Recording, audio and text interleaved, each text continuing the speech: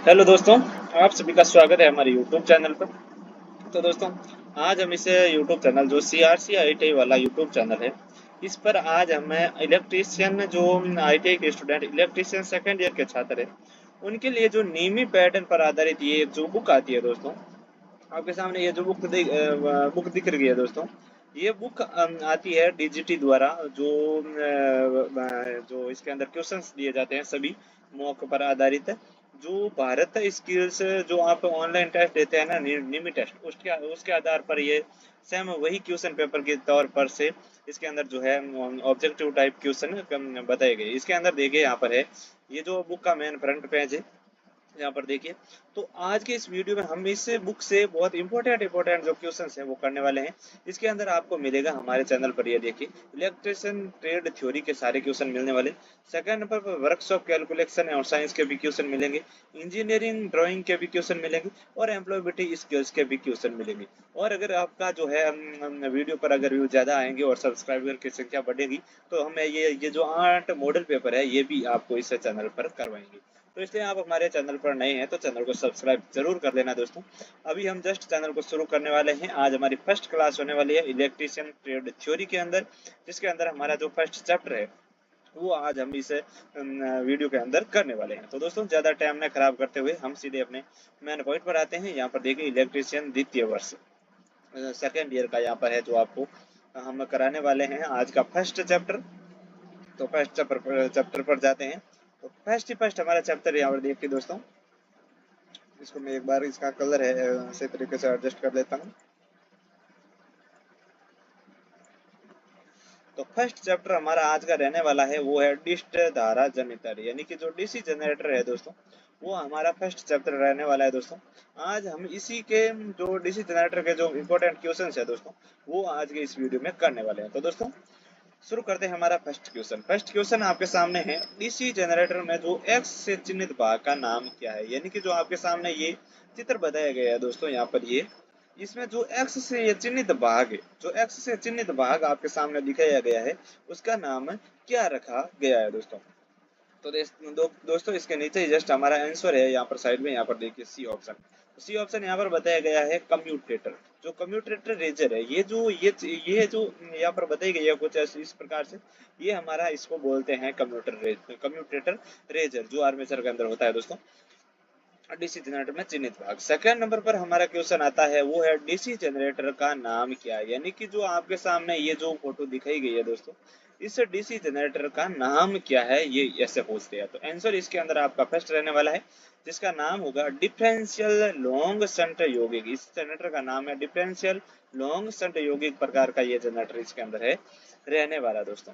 Question number third की हम बात करें दोस्तों, तो इसके अंदर तीसरा क्वेश्चन है, डीसी जनरेटर में प्रेरित ईएमएफ, जो ईएमएफ होता है उसकी दिशा ज्ञात करने के लिए किस नियम का उपयोग किया जाता है। यानी कि जो डीसी जनरेटर में प्रेरित जो ईएमएफ होता है, ईएमएफ उत्पादन होता है, उसका जो जो जो दिशा ज्ञात करने के लिए किस नियम का उपयोग किया जाता है। तो इसके अंदर आपका क्रोग स्क्रू नियम, दाहिना हाथ की हथेली का नियम है, फ्लेमिंग के बाएं हाथ का हथेली का नियम है और फ्लेमिंग के दाहिने हाथ का नियम। तो इसके अंदर आपका राइट के आंसर ये डी ऑप्शन होने वाला है, जिसके अंदर आपका उत्तर हो जाएगा फ्लेमिंग के दाहिने हाथ का नियम।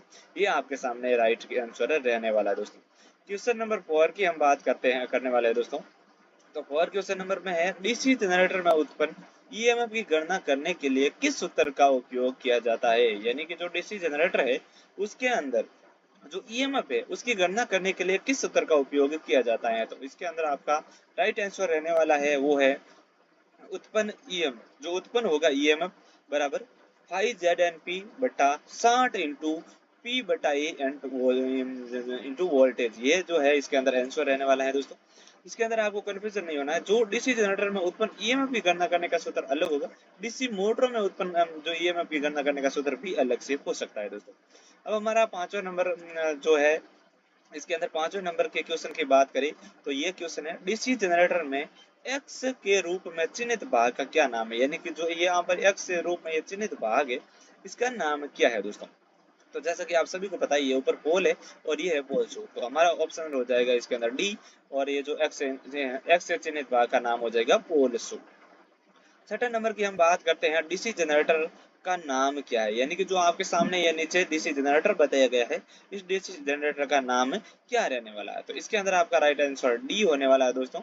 और इसके अंदर अलग से उत्तेजित जनरेटर, तो अलग से उत्तेजित कैसे हुआ, यहाँ पर देखिए ये अलग है, ये आप बीच में से यहाँ पर देखेंगे तो ये इधर वाला पार्ट अलग है और ये इधर वाला पार्ट अलग है। तो ये जो है ये इसको उत्तेजित कर रहा है इसको, तो ये अलग से उत्तेजित हुआ, इसलिए इसको अलग से उत्तेजित जनरेटर कहा जाता है।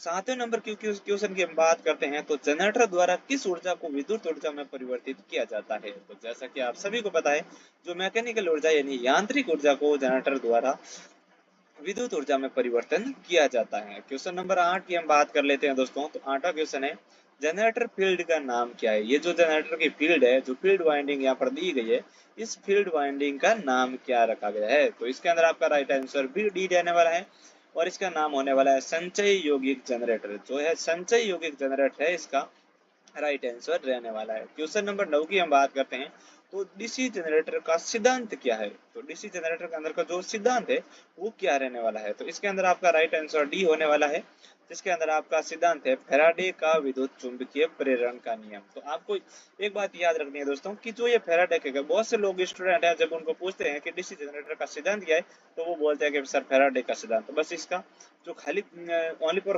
फैराडे का सिद्धांत नहीं होता, इसको ये विद्युत चुंबकीय प्रेरण का नियम भी साथ में लगाना पड़ता है। तो फैराडे का विद्युत चुंबकीय प्रेरण के सिद्धांत के नियम पर है जो डीसी जनरेटर है वो काम करता है दोस्तों। क्वेश्चन नंबर 10 की हम बात कर लेते हैं, गतिशील रूप से प्रेरित ईएमएफ के लिए सूत्र क्या है। गतिशील रूप से प्रेरित जो ईएमएफ के लिए सूत्र क्या रखा गया है। तो इसके अंदर आपका राइट आंसर सी रहने वाला है, जो है BLV साइन थीटा वोल्टेज। जो BLV साइन थीटा वोल्टेज है, इसके अंदर आपका राइट आंसर रहने वाला है दोस्तों। क्वेश्चन नंबर 11 की हम बात कर लेते हैं दोस्तों। क्वेश्चन नंबर 11 की हम बात करते हैं, तो यहाँ पर है, चुंबकीय क्षेत्र की दिशा ज्ञात करने के लिए किस नियम का उपयोग किया जाता है। जो चुंबकीय क्षेत्र है उसकी दिशा ज्ञात करने के लिए किस नियम का उपयोग किया जाता है। तो वो होगा फ्लेमिंग के दाहिने हाथ का नियम। जो फ्लेमिंग के दाहिने हाथ का नियम है वो है चुंबकीय क्षेत्र की दिशा ज्ञात करने के लिए इस नियम का उपयोग किया जाता है दोस्तों।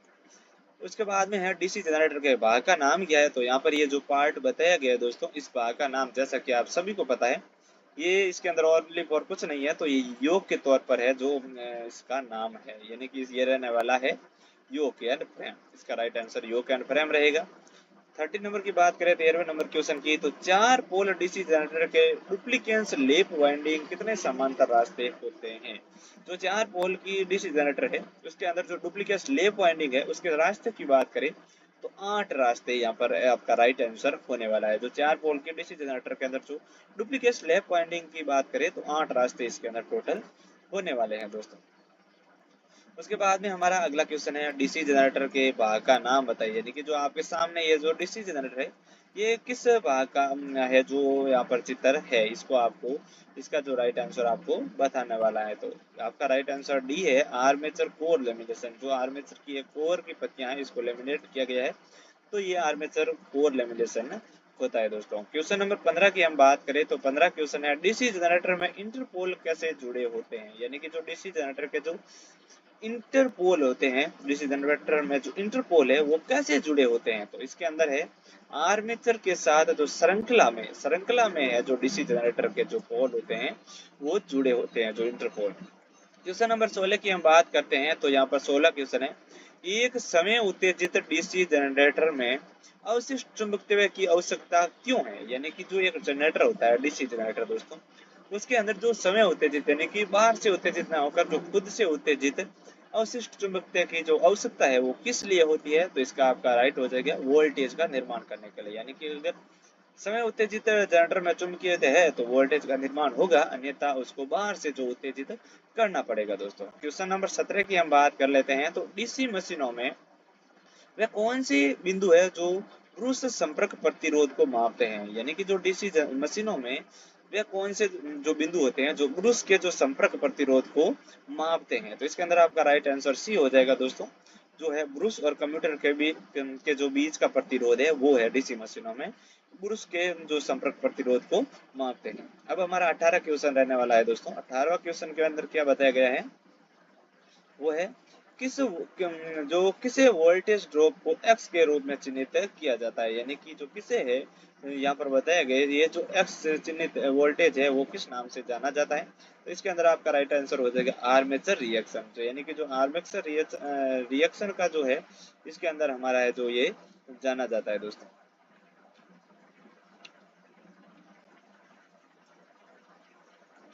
कुछ इस प्रकार से यहाँ पर है दोस्तों। अब हमारा 1900 क्वेश्चन की हम बात कर लेते हैं। तो 1900 क्वेश्चन यहाँ पर है, कंपाउंड जनरेटर का नाम क्या है यदि शंट फील्ड आर्मेचर के साथ समांतर में जुड़ा हुआ है। यानी जो कंपाउंड जनरेटर का नाम क्या होगा यदि जो शंट फील्ड है वो आर्मेचर के साथ समांतर में जुड़ा हुआ है। तो इसके अंदर आपका राइट आंसर हो जाएगा लघु शंट यौगिक। जो लघु शंट यौगिक है वो है जो शंट फील्ड आर्मेचर के साथ समांतर में जुड़ा रहता है दोस्तों। इसको सही तरीके से एडजस्ट कर लेते हैं दोस्तों।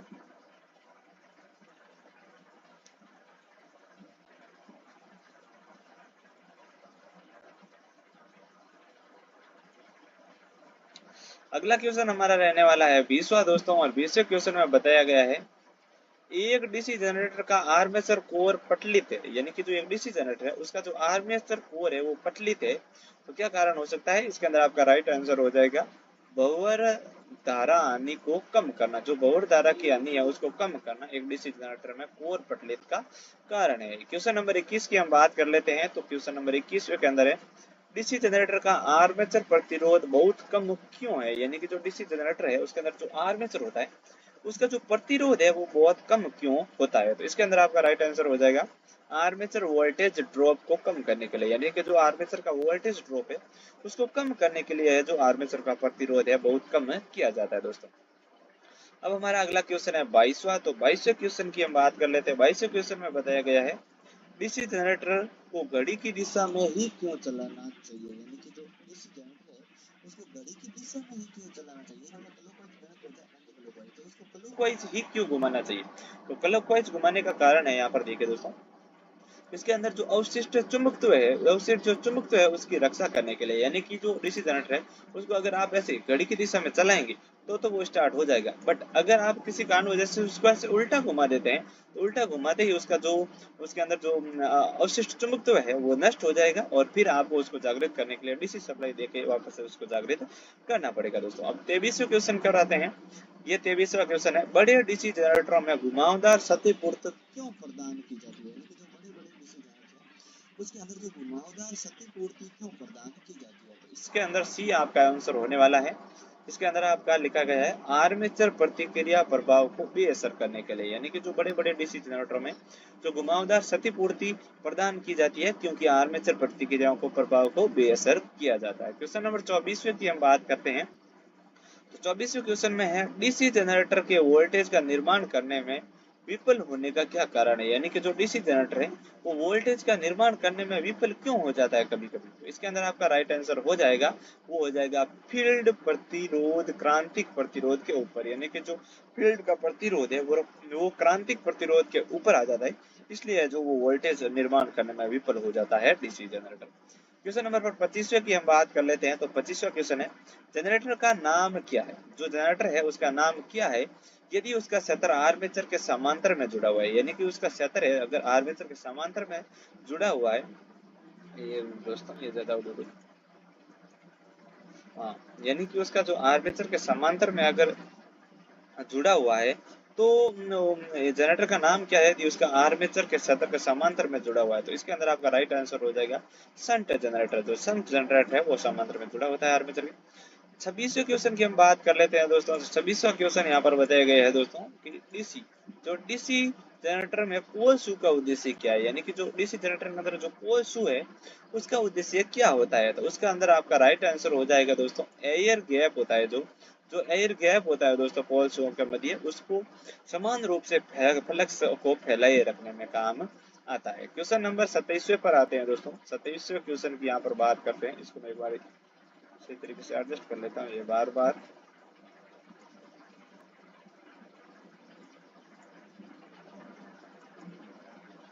एक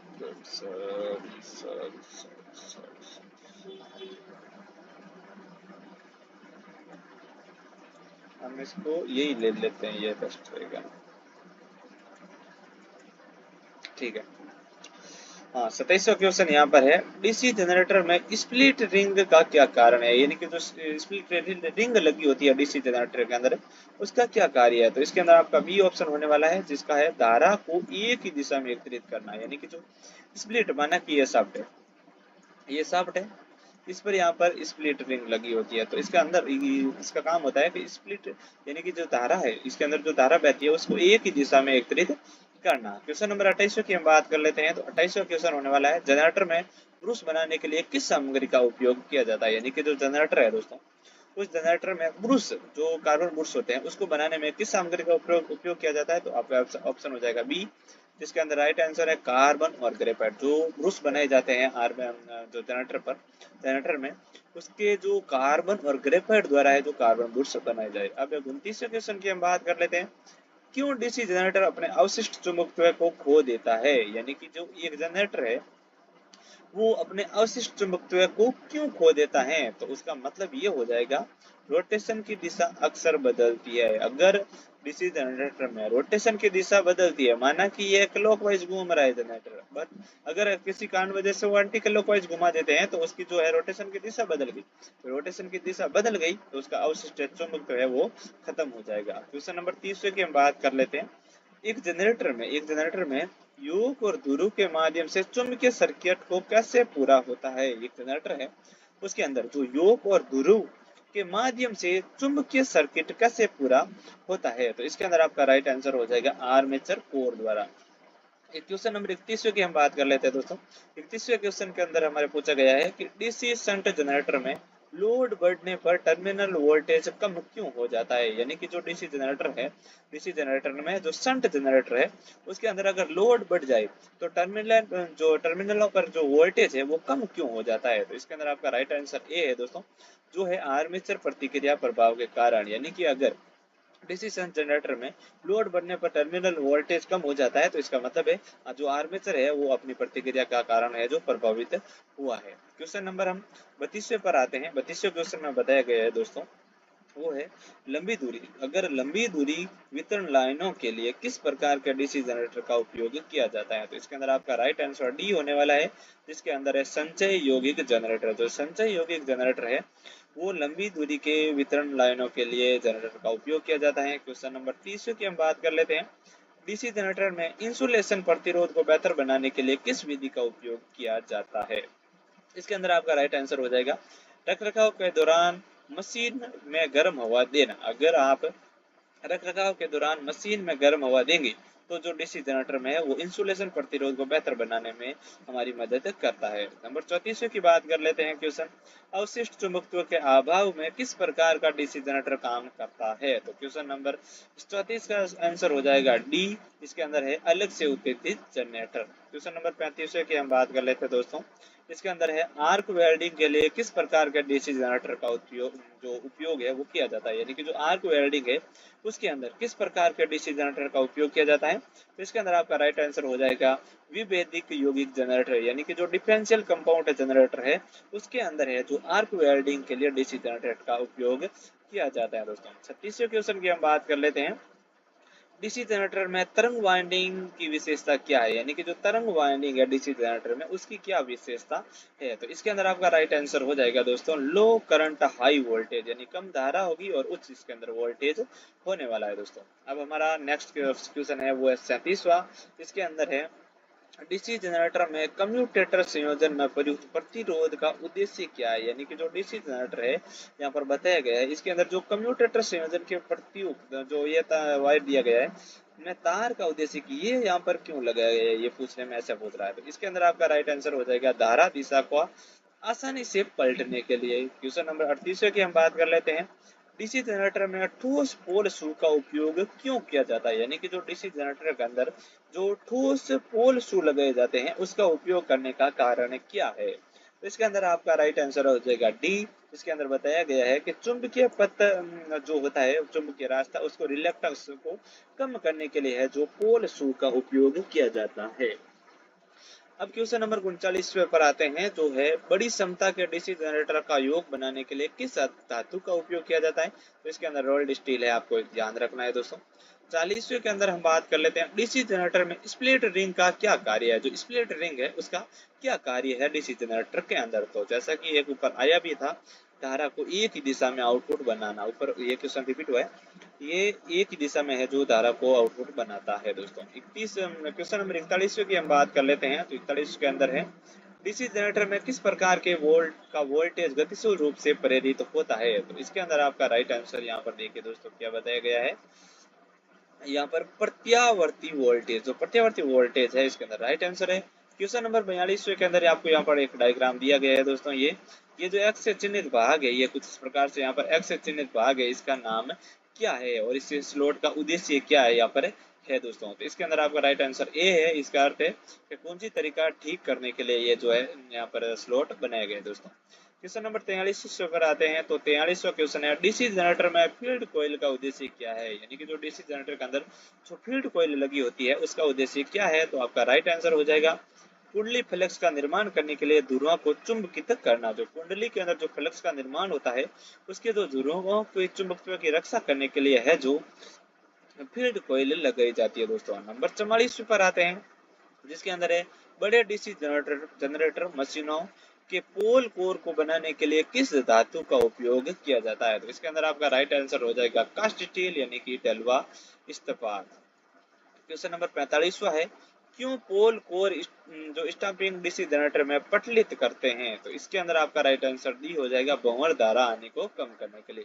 क्वेश्चन नंबर 46 की बात कर लेते हैं, इलेक्ट्रोप्लेटिंग प्रक्रिया के लिए किस प्रकार के डीसी जनरेटर का उपयोग किया जाता है? तो इसके अंदर भी आपका राइट आंसर हो जाएगा ए, जो है शंट जनरेटर आपका राइट आंसर रहने वाला है दोस्तों। अब है क्वेश्चन नंबर 47। तो क्वेश्चन नंबर 47 की हम बात कर लेते हैं, डीसी जनरेटर में कंपनसेटिंग वाइंडिंग का उद्देश्य क्या है? यानी कि जो डीसी जनरेटर के अंदर जो कंपनसेटिंग वाइंडिंग लगाई जाती है उसका उद्देश्य क्या है? तो इसके अंदर आपका राइट आंसर हो जाएगा विद्युत चुंबकीय प्रभाव को बेअसर करने के लिए है जो कंपनसेटिंग वाइंडिंग की जाती है दोस्तों। क्वेश्चन नंबर 48 का है, सिंपलेंस वेब वाइंडिंग आर्मेचर के साथ एक 4 पोल डीसी जनरेटर को 1020 कंडक्टर और 1500 आरपीएम की गति से संचालित है, तो फ्लक्स पोल 0.007 वेबर है। तो इसका जो ईएमएफ की गणना करने का सूत्र क्या है? गणना करना है आपको, तो यहाँ पर है इसका राइट आंसर 357 है, वोल्टेज आपका इसके अंदर आने वाला है दोस्तों। अब 49वां क्वेश्चन तो है, एक डीसी जनरेटर में यदि शंट फील्ड प्रतिरोध क्रांतिक प्रतिरोध मान से ऊपर है तो क्या प्रभाव पड़ने वाला है? तो इसके अंदर आपका राइट आंसर हो जाएगा दोस्तों, जनरेटर वोल्टेज बनाने में विफल रहता है। क्वेश्चन नंबर 50 पर आते हैं, 50वां क्वेश्चन है, डीसी जनरेटर में आर्मेचर प्रतिक्रिया का प्रभाव क्या है? यानी कि जो डीसी जनरेटर है उसके अंदर अगर आर्मेचर प्रतिक्रिया का देने लग जाए तो उसका प्रभाव क्या होगा? तो उसका प्रभाव होगा आउटपुट वोल्टेज कम हो जाएगा। क्वेश्चन नंबर 51 पर आते हैं, तो बड़े बड़े डीसी जनरेटर में आर्मेचर प्रतिक्रिया के प्रभाव को कैसे बेअसर किया जाता है? यानी कि जो बड़े बड़े डीसी जनरेटर है दोस्तों उसके अंदर जो आर्मेचर प्रतिक्रिया को प्रभाव को कैसे बेअसर किया जाता है दोस्तों? तो इसके अंदर आपका राइट आंसर होने वाला है ए, तो राइट आंसर है क्या?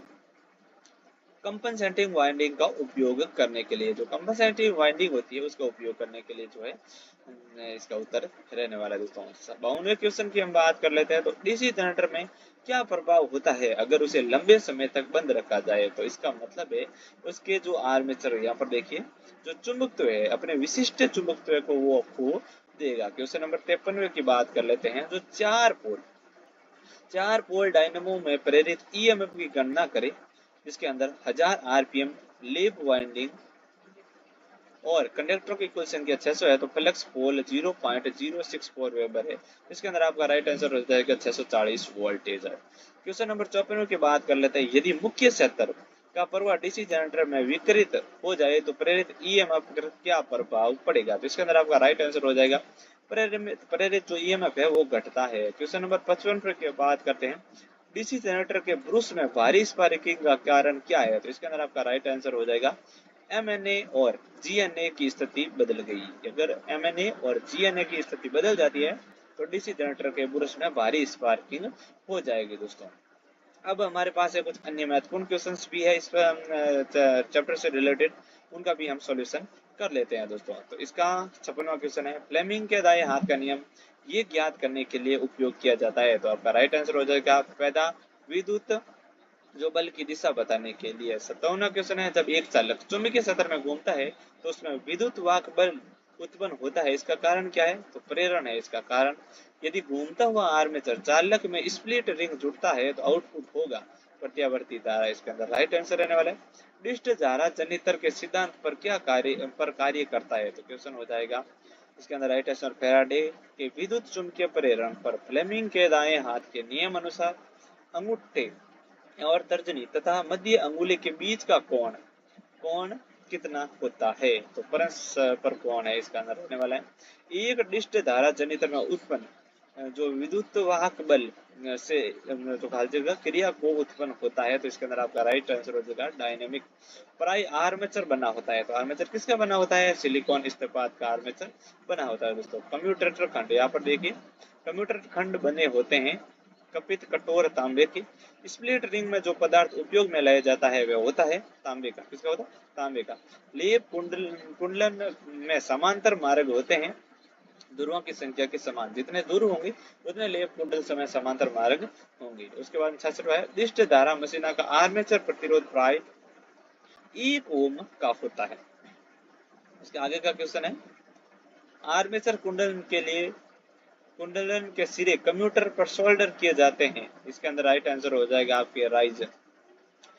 कम क्षमता की डीसी मशीन के योग के बने होते हैं। कम क्षमता के जो डीसी मशीन है वो योग किसके बने होते हैं? तो वो हो जाएगा डलवा इस्तेपार यानी कि कास्ट आयरन।